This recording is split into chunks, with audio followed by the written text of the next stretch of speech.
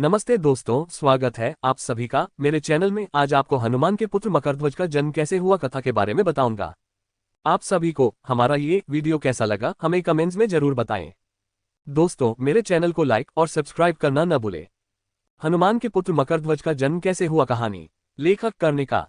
आइए जानते हैं हनुमान के पुत्र मकरध्वज का जन्म कैसे हुआ। हनुमान रामायण कथा के सबसे अहम पात्र कहे जाते हैं। हनुमान, जो कि पवन पुत्र कहे जाते हैं, श्री राम के सेवक थे, जिन्होंने आजीवन अपने स्वामी श्री राम का साथ निभाया और अपने सेवक धर्म की मिसाल कायम की।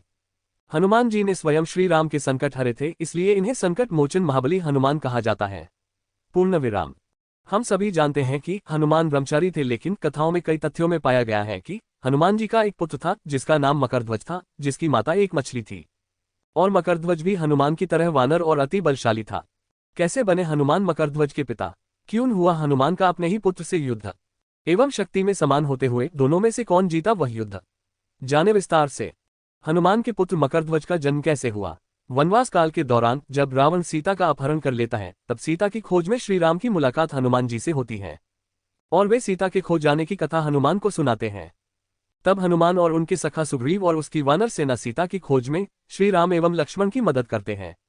बहुत प्रयासों के बाद जब श्री राम और उनके साथियों को ये पता चलता है कि सीता का अपहरण लंकापति रावण ने किया है, तब वे हनुमान को समुद्र पार सीता की खोज में भेजते हैं।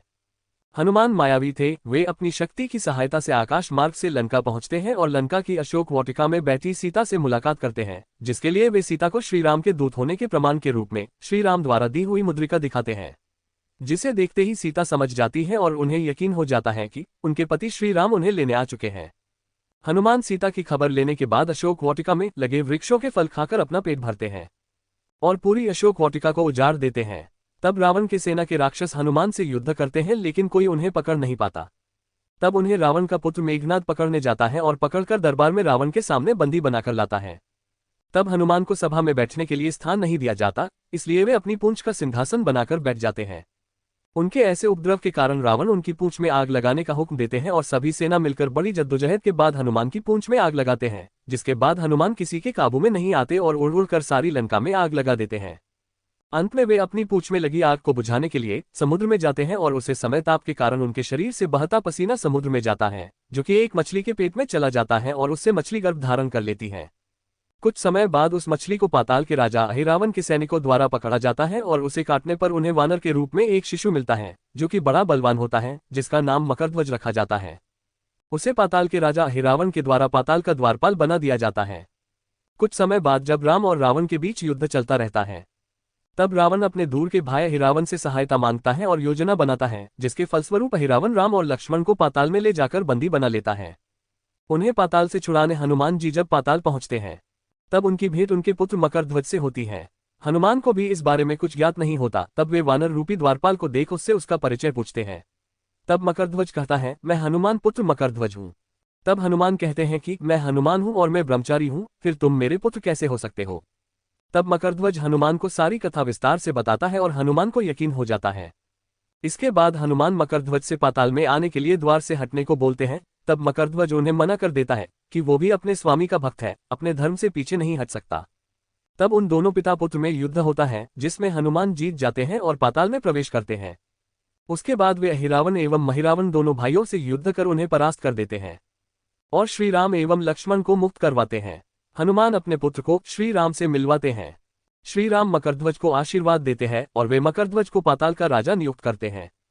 इस प्रकार हनुमान जी का पुत्र मकरध्वज पाताल का राजा बनता है।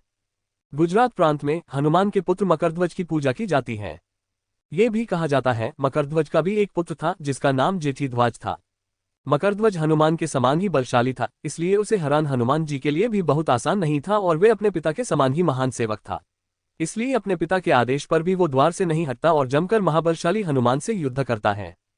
इस कथा का विस्तार रामायण की कथा में महर्षि वाल्मीकि जी के द्वारा किया गया है। सभी को इस बात में संदेह लगता है, इसलिए ये कथा आपके सामने रखी गई है। भारत देश में कई पौराणिक कथाएं हैं जिनमें रामायण का स्थान बहुत उच्च माना जाता है। इसमें कर्तव्य के भाव को बहुत सुंदर तरीके से बताया गया है, जैसे पुत्र का कर्तव्य, पत्नी का कर्तव्य, भाई का कर्तव्य, सेवक का कर्तव्य एवं मित्र का कर्तव्य। सभी पक्षों को भलीभांति रूप से दिखाया गया है। इस वीडियो में आपने जाना है हनुमान के पुत्र मकरध्वज का जन्म कैसे हुआ कथा। दोस्तों हम फिर मिलेंगे नई कहानी के साथ। दोस्तों आज का ये वीडियो आप सभी को कैसा लगा मुझे कमेंट्स में जरूर बताएं और साथ ही साथ मेरे चैनल को लाइक और सब्सक्राइब करना न भूले। Thank you friends.